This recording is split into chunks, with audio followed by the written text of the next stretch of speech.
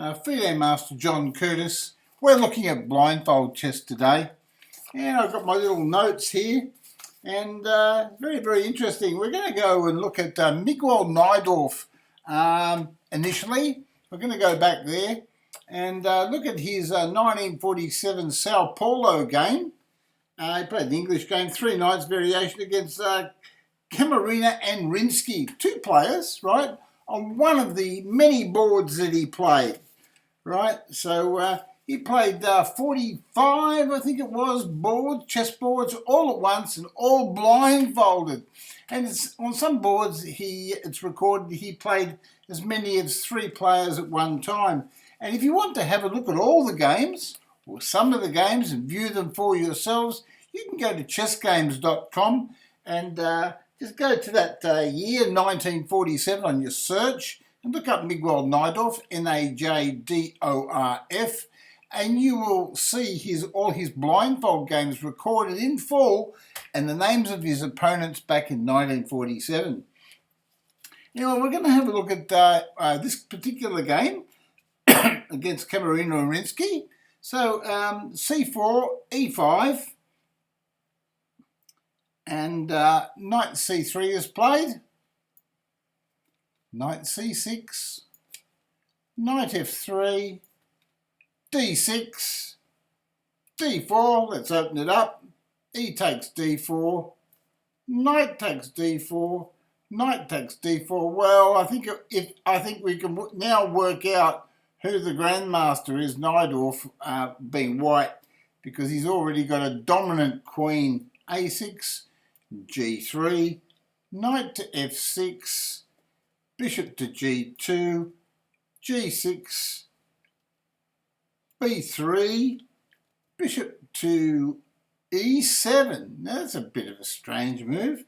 And bishop to b2. Oh, sorry about that. We're going to go back. That's not right. It's bishop to g7. That makes more sense. Bishop to b2. Castles. And now white throws the pawn up. h4. The old idea of h5, h6. Knight d7's played.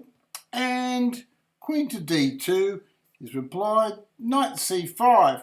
The black's playing quite well, really. He's occupying a few key squares. And now Najdorf attacks. h5. a5.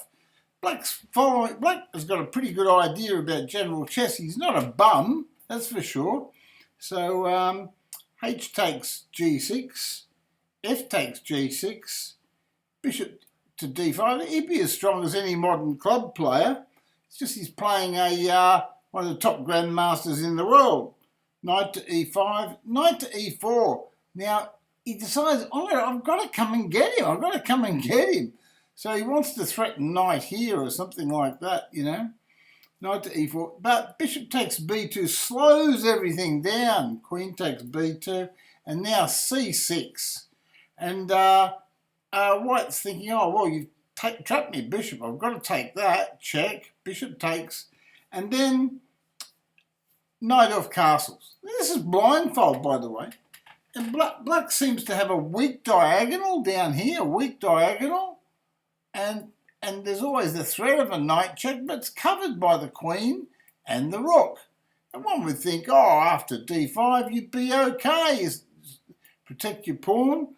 But black plays queen b6. Now, I don't know what he's doing over that side of the board, and that shows the difference in class. And along comes Miguel Najdorf, blindfolded. Rook takes h7, king takes h7, rook to h1 check, king to g8, and then rook checks, protected by that queen, and we did see that long diagonal would come into it. King to f7, queen checks, and now he's in there, and king to e8, rook takes f8 check, king to d7, queen g7 check, the bishop must go back, and queen takes bishop, checkmate. And that's just one of the games that Miguel Najdorf played in Sao Paulo in 1947. Now, he held that record till 2011. So some over 60 years that record was held for simultaneous. Not acknowledged by Guinness, but still, nonetheless, a lot of other people acknowledge the great Miguel Najdorf, whose name, as we say, is born by the Sicilian Najdorf attack. And I don't think we can hold it, like, honestly, we can't take that simultaneous record away from Miguel Najdorf. He was known for his simultaneous defences, simultaneous exhibitions, I should say. Even a few years before that, he played 40 boards. So he played 40 boards, 45 boards. So he was the then king of blindfold chess. Before that, there was Paul Morphy, the great Paul Morphy. He did a few blindfold exhibitions. And another great blindfold exhibitionist was the great world chess champion Alexander Alekhine. But now we're going to move to 2011. Yes, we're going to go to a 2300 chess player. Now, most of these players that could play 40 boards blindfolded were of like Grandmaster strength or world chess champions and the like. But here we have a 2300 player, and he must have prepared himself very, very well, and his name was Max Lang. And today I'm going to show you a game. I'm going to go back out of here, and I'm going to go into openings. I'm going to leave the page, and then I'm just going to go, okay, I'm going to go back in there. I'm going to go back to analysis. I'm going all over the world here. Right. Now back to the analysis board, and I'm going to show you a game between Max Lang. Now in November 2011, Max Lang broke the world record of Miguel Najdorf, okay? He played 46 games, right? Blindfold, 46. And here he is. This is board 38 of 46 chessboards. So board 38, and we're looking at Max Lang versus F. Jarkov. Just remember, this game is blindfold. E4, D6, D4, G6, knight to C3. And you might ask me, well, what made you, what encouraged you, or what made you think of doing a blindfold video, chess exhibition video? Well, someone on my channel on Twitch came to me and they said, oh, John, did you hear about Carlson? He played, I don't know, 6 games blindfold or something like that. I said, oh, that's wonderful. And then my memory took me back to Miguel Najdorf playing 45 games blindfold. And I thought to myself, well, and multiple opponents. There was 3 guys on each board helping each other to beat Najdorf. Anyway, here we are. We're now in 2011, and Max Lang is playing F. Jarkov. Knight C3, bishop to G7, and you'll love this game. You'll love it. F4 and knight to F6. Knight to F3 is played, and black castles. Max Lang plays E5. He says, I better go and get him because I don't want to get to a long drawn endgame. The longer the games go, the harder it is to play blindfold chess, right? So you want to attack your opponents and beat them up quickly so you can eliminate that one game from your mind on board 38 or whatever and get on to the other so many boards. F takes E5 and knight to D5. So the guy knows how to play chess. He puts his knight there. So bang, Max Lang gets his bishop up on C4 and he says, all right, I'll try to get some open lines. C6 is played. White castles. I think Miguel Najdorf would have probably played H4, H5, just thrown the pawns at him. Anyway, E6 is played. And now we see knight E4. He sees a nice little hippity-hoppity hole for his horsey. He's got that square controlled, so he thinks, oh, knight E4. Now, instead of getting the minor pieces working over here, he goes backwards. Well, white's winning. Bishop G5. He says, oh, thank you very much. I may be blindfold, but I can see that move. At h6, he says, oh, well, I don't like you coming in here, and you're blind anyway, so you might not see it. And he says, oh, no, I do. And he gives him a check, right? And this guy, probably king h8's the best move, and mounted defence with knight g8, right? So he should be played king here and then knight back there, right? But he took this. Now, this is a really big mistake in chess, a positional mistake. Bishop takes f6. But then suddenly black starts thinking and using his brain again. Knight to d7. Maybe he was playing it this way because he thinks his opponent's blindfold. He thinks it's going to be harder for him to work it all out. The more complicated he makes it, the more unobvious moves he makes. I don't know what he was thinking. Anyway, the bishop goes back to h4. So Max Lang can obviously see what's going on clearly because he's preserved his good black squared bishop. And now queen to e8. And again, I think, oh, the guy must be just thinking, well, he's blind, he can't see anything. So I'll just play a waiting move and maybe he'll just get a bit confused and blunder a piece or something. Anyway, no, not Max. He plays queen to d2 and he's just simply threatening queen takes pawn. So black plays king to h7. And white plays rook on the a file to e1. Gets another rook working. And black plays knight to f5. He says, I want to get rid of that rotten bishop. So the bishop returns to f2. And the rook goes to h8. Knight to h4 is played by white. And black should not take this knight, but he does. Knight takes knight. Bishop takes h4. And now what have we got now? We've got that bishop threatening to go back into that little hole. And then the bishop loses some track, comes over here. It's moving away from the black king. So that's a problem. You can get away with a lot, but not all that. And now Max Lang just plays bishop d3 and he's got all his pieces. Look at these pieces. He's got a bishop aiming at the king. Whoops. A bishop aiming at the g6 pawn. A queen aiming at the h6 pawn. And he's got this bishop in here. So there's a real crisscross. And the rook coming down here. So there's a lot of power coming in. So knight to d5. He thinks, oh, I better swing a piece over towards my king.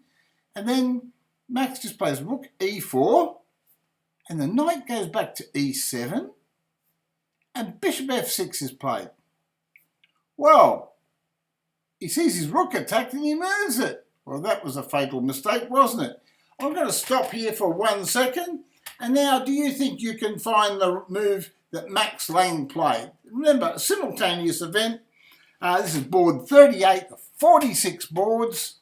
And what did he play in this move, in this position? I'll give you 10 seconds. It's not quite 10 seconds. I can't wait for this move to be played. He played queen takes pawn check, yeah? He gave his queen away. And the king took, and the rook checkmated right on the side of the board. Wasn't that beautiful?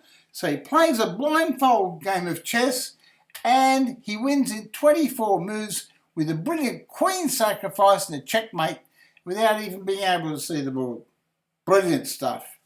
Anyway, it doesn't stop there. It doesn't stop there. We're now going from 2011 to 2016, I think it is. 2016. Anyway, we now have Timur, the Grandmaster, Timur Garayev. Right, now on the front of the video I've got a photo there and I've got Timur Garayev with a little blindfold picture of himself there and he's wearing his blindfold. And I've got, on the left-hand side, I've got a picture, an old picture there of Miguel Najdorf with all the players. He's playing at some simultaneous exhibition. And on the other one, I've got Alexander Alekine with the playing the simultaneous exhibition. And at the front, at the top, I've got this Grandmaster Timur Garayev, right? And anyway, we'll have a look at his game now. So we're moving forwards to Timur Garayev. And what did Timur Garayev do? What's he noteworthy for? Well, blindfold chess, of course. And Timur Garayev, he's a 28-year-old Grandmaster, I believe, in Las Vegas, or he was in Las Vegas, and he played 48 games. Yes, 48 chess games. And he had to do many months of preparation, I believe, to be able to perform this fantastic feat. And he had 80% wins, wearing a blindfold, right? And he was on an exercise bike. And whilst it took him 23 hours to play this simultaneous match, and apparently he rid the equivalent of 50 miles on the exercise bike in the 23 hours. So not only is he doing a marathon on the exercise bike, right, but he's playing 48 chess games. So blindfold, right? So this is just unbelievable stuff. This guy is just a human miracle. And anyway, I'm going to show you a game. I don't want to show you a game from the from that particular simul, because I've got an even more beautiful game that Timur Garayev played blindfold. I believe. Correct me if I'm wrong, but and you can tell me in the comments section. But I believe that this is from a 9-player simul, or at a different time. But like our friend and then world blindfold champion Max Lang, Grandmaster Timur Garayev, he played this Queen Sacrifice in this particular game. I shouldn't tell you it's a Queen Sacrifice because I want you to find the magic move. Anyway, it's a Queen Sacrifice. But we're going to look at this game now.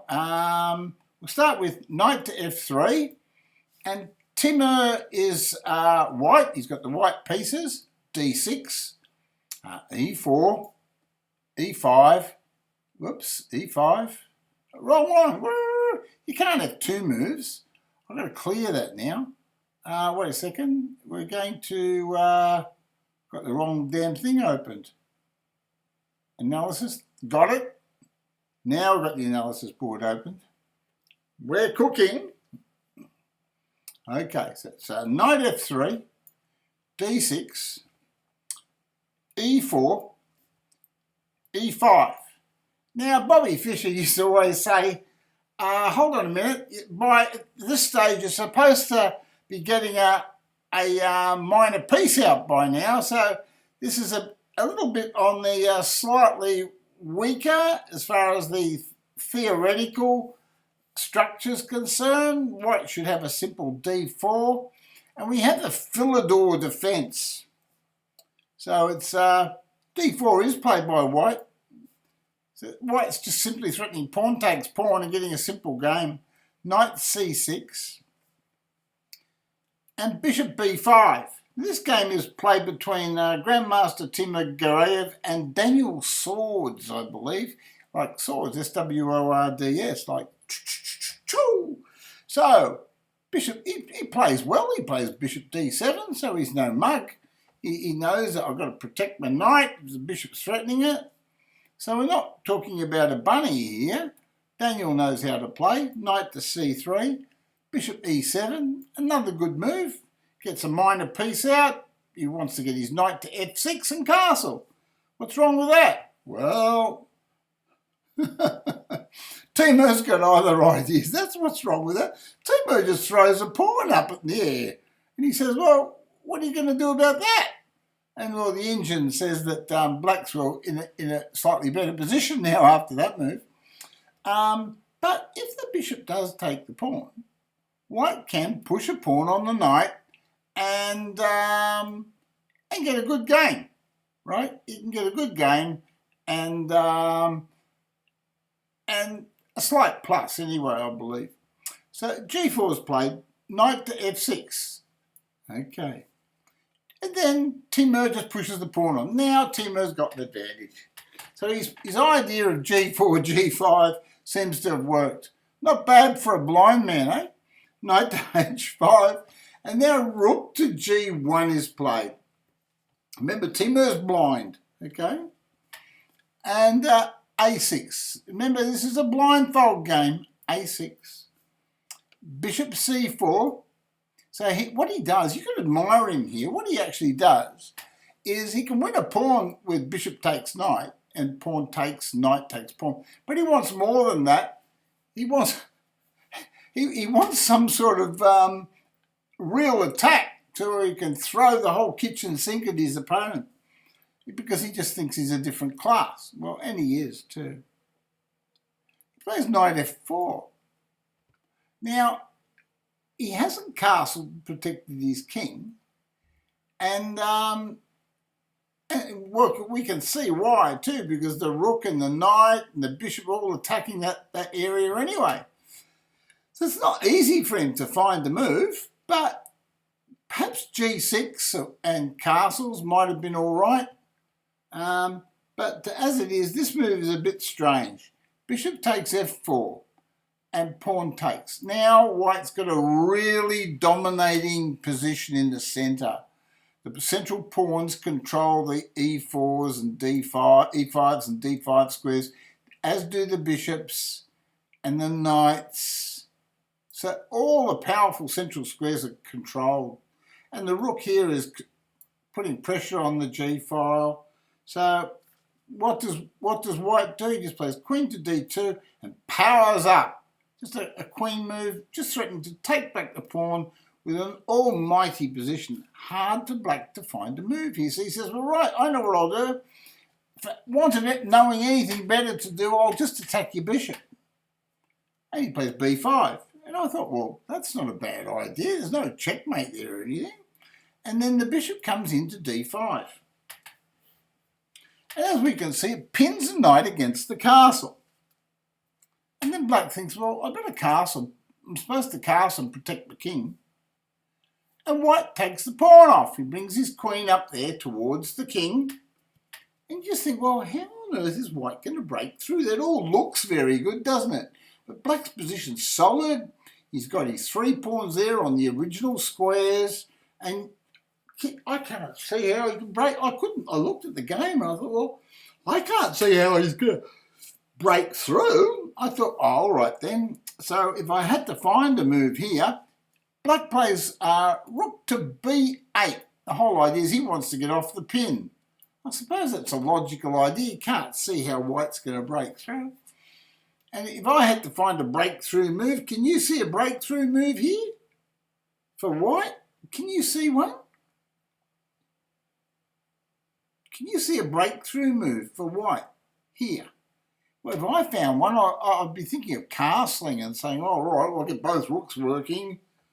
Or I'd be thinking, oh, maybe it's E5 and try to get the knight up here and a knight check or something like that.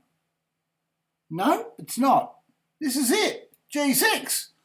That's right. The pawn's pinned against the king. So you can only take that one way, that pawn. Pawn takes pawn. Okay? So he thinks, all right, you're attacking my pawn, and if you take this pawn with check, I might go over here, and then I can protect my king with bishop to F6. And you think to yourself, well, that's a good idea. So what does he do? He plays bishop E8, right? And so now black plays it's white to move. So can you see a good move for white here? What is it? Is it knight here or something like that, or is it castles, or can you see a good move for white here? Just remember, Grandmaster Garayev is blind. He's blind. Not blind, but he's wearing a blindfold. It's blindfold chess. What would you play here? You got any ideas? Are you the next blindfold chess champion? Well, this is what he played. I'm sure all my grasshoppers saw it. Queen H6. right? Now, I think probably not many people in their whole lifetime would play a move like that. Just put it there for nothing. You would think, oh, well, put your queen there. It threatens queen takes pawn checkmate. You can't take the pawn off, and he's threatening checkmate. Well, what do you do? Well, if you take the queen, which is what happened, he takes a pawn with check. Except it's double check, rook check, and the bishop, and now he's going to go here, and now rook checks here, and rook takes, rook check, a pawn takes, and then it's checkmate. Have you ever seen a queen sacrifice like that? Absolute genius, right? So after queen takes f4, one would think, well, is there any other way to defend this position? Like, oh, maybe there must be some other way to defend the position. How can you stop this move?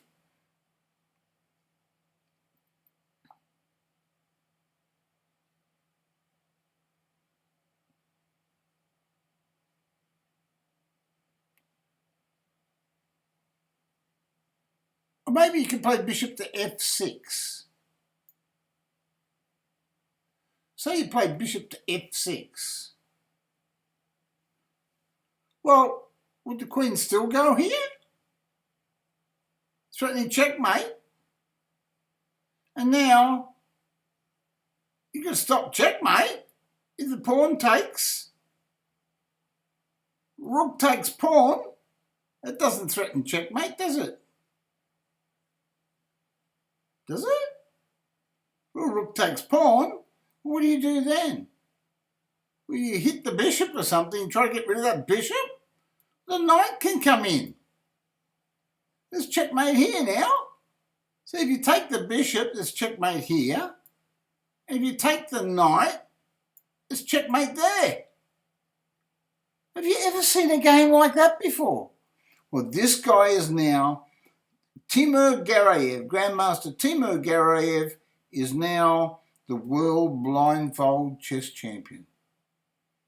Wow. But isn't that a game and a half? I would be so proud to play a game like that. I'll be so proud. I'll be so happy.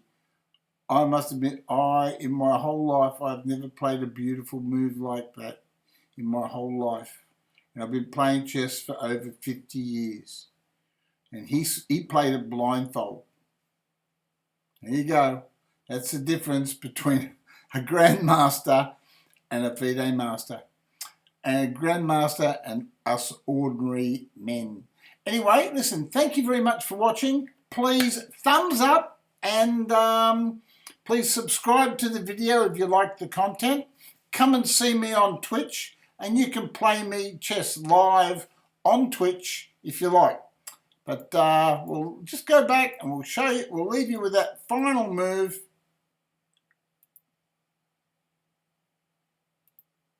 Right, g6, bishop there, and queen h6. That's the key move. That's the key move. You probably have nightmares over this position if you were trying to find a way to defend it. Anyway, I hope you enjoyed it, and until my next video, I'll say goodbye and share the love with you, and I'll see you either on Twitch Live, and you can come and play me, and be featured in my videos possibly, or you can just watch all my YouTube videos. I've got many, many YouTube videos there for you to watch for beginners and experts alike.